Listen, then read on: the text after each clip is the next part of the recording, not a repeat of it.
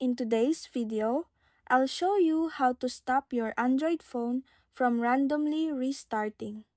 First, disable scheduled auto restart.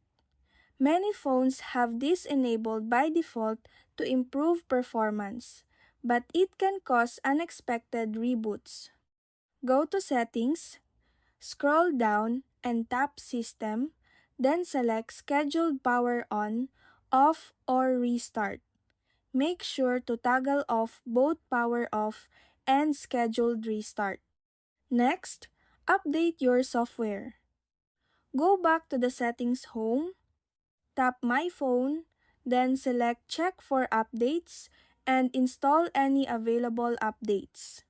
Also, check your storage.